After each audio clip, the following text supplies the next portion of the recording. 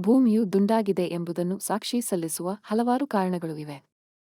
ಈ ಕಾರಣಗಳು ವಿಜ್ಞಾನಿಗಳು ಮತ್ತು ಸಾಮಾನ್ಯ ಜನರು ಒಂದೇ ನಿಯಮದಂತೆ ಭೂಮಿಯ ಆಕಾರವನ್ನು ಗುರುತಿಸಲು ಸಹಾಯ ಮಾಡುತ್ತವೆ. ಇಲ್ಲಿವೆ ಟಾಪ್ 10 ಕಾರಣಗಳು. ಚಂದ್ರಗ್ರಹಣದ ಸಮಯದಲ್ಲಿ ಭೂಮಿಯ ನೆರಳು. ಚಂದ್ರಗ್ರಹಣದ ಸಮಯದಲ್ಲಿ ಭೂಮಿ ಚಂದ್ರನ ಮೇಲೆ ತನ್ನ ನೆರಳನ್ನು ಉಂಟುಮಾಡುತ್ತದೆ. ಅದು ಸದಾಗಾದ ಆಕಾರವನ್ನು ತೋರಿಸುತ್ತದೆ. ಇದು ಭೂಮಿ ಗೋಳೆಯಾಗಿದೆ ಎಂಬುದಕ್ಕೆ ದೃಢವಾದ ಸಾಕ್ಷಿಯಾಗಿದೆ. ಹೊರಸಮುದ್ರದಲ್ಲಿ ನಾಶವಾಗುವ ಹಡಗುಗಳು ಸಮುದ್ರದ ಭಾಗವನ್ನು ಕಡೆಗಣಿಸಿದಾಗ ದೂರದಲ್ಲಿ ಹೋಗುತ್ತಿರುವ ಹಡಗುಗಳು ಕಣ್ಮರೆಯಾಗುವ ಮೂಲಕ ಕೆಳಗಡೆ ಮಾಯವಾಗುತ್ತವೆ.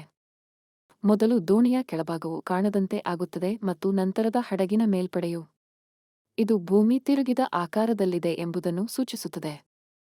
ಗುರು ಮತ್ತು ಸೂರ್ಯನಂತಹ ಇತರ ಗ್ರಹಗಳ ವೀಕ್ಷಣೆ. ಇತರ ಗ್ರಹಗಳು ಗುರು, ಶನಿಯಂತಹ ಸ್ಪಷ್ಟವಾಗಿ ಗೋಳೆಯಾಕಾರದಲ್ಲಿವೆ. ಅವು ಕೂಡ ಭೂಮಿಯಂತೆಯೇ ಆಕಾರ ಹೊಂದಿರುವುದರಿಂದ ಭೂಮಿಯೂ ಕೂಡ ಗೋಳೆಯಾಗಿದೆ ಎಂಬುದನ್ನು ನಾವು ಊಹಿಸಬಹುದು. ಉಪಗ್ರಹಗಳ ಫೋಟೋಗಳು. ನಾಸಾದಂತಹ ಸಂಸ್ಥೆಗಳು ಕಳುಹಿಸಿದ ಉಪಗ್ರಹಗಳಿಂದ ಪಡೆದ ಭೂಮಿಯ ಚಿತ್ರಗಳು ನಮಗೆ ಸ್ಪಷ್ಟವಾಗಿ ಭೂಮಿಯು ಗೋಳೆಯಾಗಿದೆ ಎಂದು ತೋರಿಸುತ್ತವೆ. ಭೂಮಿಯ ಎತ್ತರದಿಂದ ವೀಕ್ಷಣೆ.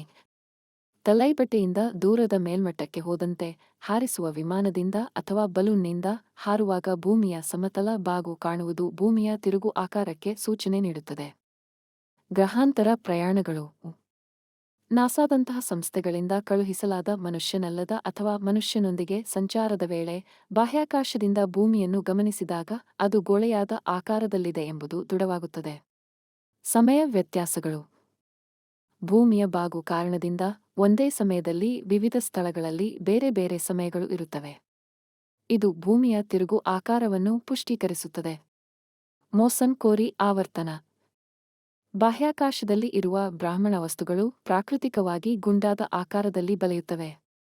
ಭೂಮಿಯಂತಹ ಬೃಹತ್ ವಸ್ತುಗಳು ತಮ್ಮ ಆದಿಗ್ರಹಣದಿಂದಲೇ ಗೋಳೆಯಾಕಾರದಲ್ಲಿ ಇರುತ್ತವೆ. ಗ್ರಹೀಯ ಆಕರ್ಷಣೆ.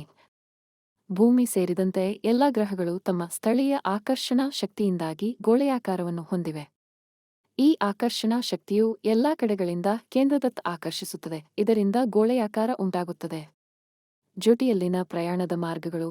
ಅಂತಾರಾಷ್ಟ್ರೀಯ ವಿಮಾನ ಪ್ರಯಾಣದ ಹಾದಿಗಳು ಸ್ಥಿರಗತಿಯಲ್ಲಿ ವೀಕ್ಷಿಸಿದರೆ ಅವು ಸರಳ ಸಮತಲದಲ್ಲಿ ಅಲ್ಲ, ಬಾಹ್ಯಾಕಾಶದ ಹೆಜ್ಜೆಗಳನ್ನು ಅನುಸರಿಸುತ್ತವೆ.